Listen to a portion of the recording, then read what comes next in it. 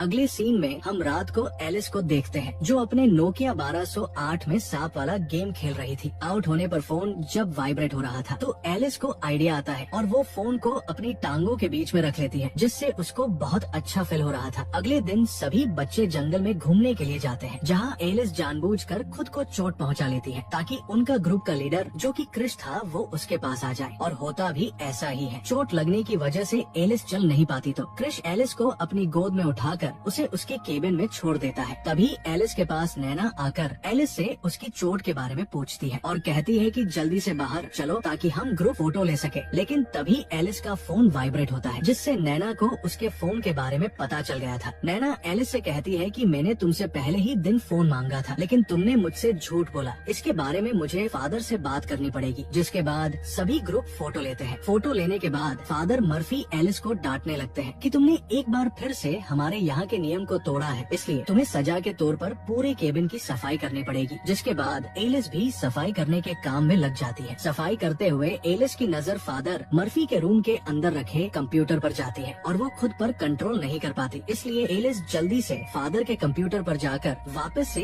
एक लड़के से चैट स्टार्ट कर देती है। एलिस उस लड़के से इंटीमेट होने के बारे में पूछती है, लेकिन एलिस को ऐसा लगता है जैसे कोई आ रहा है, इसलिए वो जल्दी से कंप्यूटर को बंद करके वहाँ से निकल जाती है। लेकिन वो कंप्यूटर को शट डाउन करना भूल गई थी। अगले दिन सभी बच्चे बेटे होते हैं क्योंकि इन्हें यहाँ अब 3 दिन गुजर चुके थे। तभी वहाँ फादर आकर सभी बच्चों से पूछते हैं कि जिस किसी ने भी मेरे कंप्यूटर से चैट की है वो खुद आकर मुझे बता देगा तो अच्छा रहेगा। लेकिन कोई भी बच्चा इस बात को एक्सेप्ट नहीं करता। तो फादर मर्फी एक एक करके सभी बच्चों का इंटरव्यू लेने लगते हैं ताकि उन्हें पता चल सके कि उनके कंप्यूटर का इस्तेमाल किसने किया है। एलिस जब इंटरव्यू देने आती है तो फादर मर्फी उससे बोलते हैं कि पूरे स्कूल में तुम फेमस हो क्योंकि स्कूल में चारों तरफ तुम्हारी ही चर्चाएं हैं। तो एलिस बोलती है कि मैं एक सीधी लड़की हूँ और जो भी बातें आपने मेरे बारे में सुनी है वो सब अफवाह है। इसके बाद एलिस किचन में सफाई का काम कर रही होती है। तभी वहाँ उसकी क्लास का लड़का आकर कचरा नीचे गिरा देता है, जिससे एलिस उसके ऊपर गुस्सा होकर बोलती है कि तुम्हारी वजह से मैं पूरे स्कूल में फेमस हो रखी हूँ। तो वो लड़का भी बोल देता है कि तुम भी कुछ कम नहीं हो, तुम्हारी वजह से ही मेरा ब्रेकअप हुआ है। तभी फादर वहाँ आकर उस लड़के को वहाँ से लेकर चले जाते हैं। एलिस अपनी सफाई कर ही रही होती है। तभी एलिस की नजर खिड़की से बाहर जाती है जहाँ नैना और स्कूल का एक लड़का रोमांस कर रहे होते हैं। ये देख एलिस भी एक्टिव हो जाती है और झाड़ू की हेल्प से खुद को खुश करने लगती है। सब हो जाने के बाद एलिस लोरा के पास जाकर नैना के कांड उसे बताती है, लेकिन लोरा को एलिस की बातों पर यकीन नहीं होता और वो एलिस से बोलती है कि तुम्हारे दिमाग में हर टाइम रोमांस चलता रहता है, इसलिए तुम्हें हर कोई तुम्हारे जैसा ही लगता है और तुम बहुत गंदी लड़की हो, इसलिए आज के बाद तुम मुझसे कभी बात मत करना।